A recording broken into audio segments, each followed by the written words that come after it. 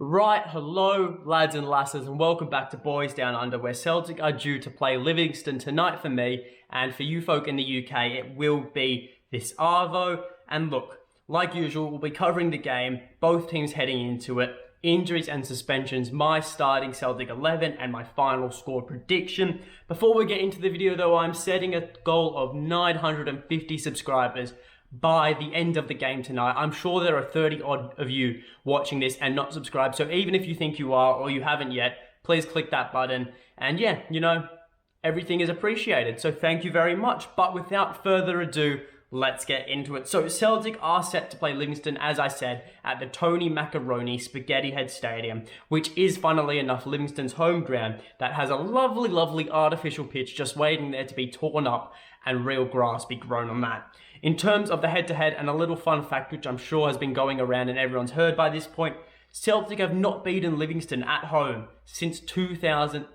Celtic have not beaten Livingston at Livingston's home ground since 2006, albeit they haven't been in the Premiership for a while. They only came back in the 2018-19 season, but that's given us like 3 years where we haven't beaten them at home, which is very, very concerning and a bit of a bogey stadium, some would think. Now look, running into this game, Celtic have only won once away from home this year, and look, we've got, after the international break, a win at home and a loss away from home, a narrow defeat to Real Betis, and a win against Ross County. So Celtic are currently sitting 5th in the Scottish Premiership, but with results going our way last night, some of the top teams drew.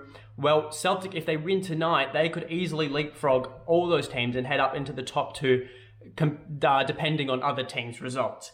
Now, as for Livingston, they are sitting dead last on the ladder. Dead last, not even a competition, not even close, with only 1 point from a possible 15 in 5 games played. A recent draw against Dundee has shown signs of improvement for the Livy club, but that being said, there are obviously problems happening there. And yeah, they are ready for the tackling. They are on the edge of the knife, as some would say. Now, as for injuries and suspensions, Livingston are currently without quite a few players.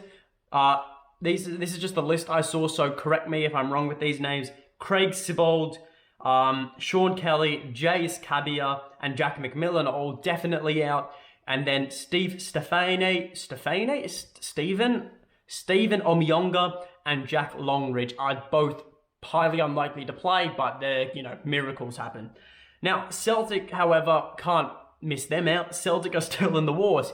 We've got McGregor and James Forrest, who are both 50-50 at the moment, so it's unsure whether they will be in the starting team. The usuals, of course, are still out. We've got Julian, Kyogo, Mikey Johnson, and Karamoko. But Celtic have been boosted by the arrival and return of Liel Abada. Great to see him back, as well as the potential debut of Georgios Giacomakis, and James McCarthy could be set to start if McGregor is out. So, with all this in mind, let's go over my starting 11. And I'm hoping there will be quite a few changes to this, mainly because in the Real Betis squad, it wasn't our strongest squad because we had, random players out. But with some of them returning, I do feel Celtic are able to, play a stronger squad and one that's more symbolic of what we can play further throughout the season. But we have to remember, Ange isn't one of those managers who likes to chop and change a squad based on like one bad performance or, a couple bad runs of form. He would rather just let the players try and regain their form. But for some of these players, I just don't feel they have it in them. So enough blibber blabbing. Let's get into what I think Celtic should be playing. And I am going with Joe Hart in goals, of course. There's no doubt about that. Then at right back, I'm going with Josip Juranovic. Then as the two centre-halves, Cameron Carter-Vickers and Stephen Welsh. And the funny thing is with Stephen Welsh, I've predicted him to start every game since the return of the international break. And he hasn't started a single one, albeit there were only 2 games, but I'm hoping third time's the charm, we see him start against Livingston. Then at left back, I'm going with Adam Montgomery. And personally, it's very close, but I would rather Liam Scales play purely because I feel he's a bigger body, much easier to push other players off the ball, and I feel he's more experienced, even though he's also a young lad. But I feel the fact that Montgomery has been starting a lot of games for Celtic, albeit in other positions, and coming on a lot, I think he will get the nod ahead of Scales, who's only recently joined up with the squad. So expect to see Montgomery there, but don't be surprised if it's Liam Scales otherwise. Now, going into the CDM spot, and I feel with Callum McGregor, he's the captain of the team. We can't afford him to be out for even longer, so I think Ange will take the conservative approach here, and he will play James McCarthy at CDM. Then into the midfield, pretty self-explanatory. It's what we have to play. Turnbull as the 8 role, who had a great game against Real Betis, I thought, and then Tommy Rogic, who also had an absolute blinder against Real Betis. Some of his passes were absolutely amazing, so they should be starting in those positions. Then the front three, it's what everyone expects. We're still down to the bare bones in my eyes.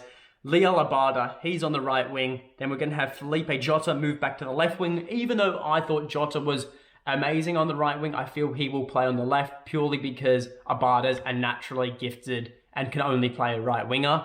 And then up top, he puts the ball in the net. It is Albion Ajeti. So that is my Celtic lineup. Do expect to see Giacomakis maybe come on later in the game, as well as some of the other players who have been battling fitness issues like James Forrest. He could get a run in later in the game just to, get that match fitness back up because they've missed a lot of football recently. Now, what is my final score prediction? And there's a lot of things we have to consider, like always. And Livingston's home ground, as I've said, has been a bit of a bogey stadium for Celtic since the Livies returned to the top flight a couple of years ago. But what is hurting them at the moment is their form.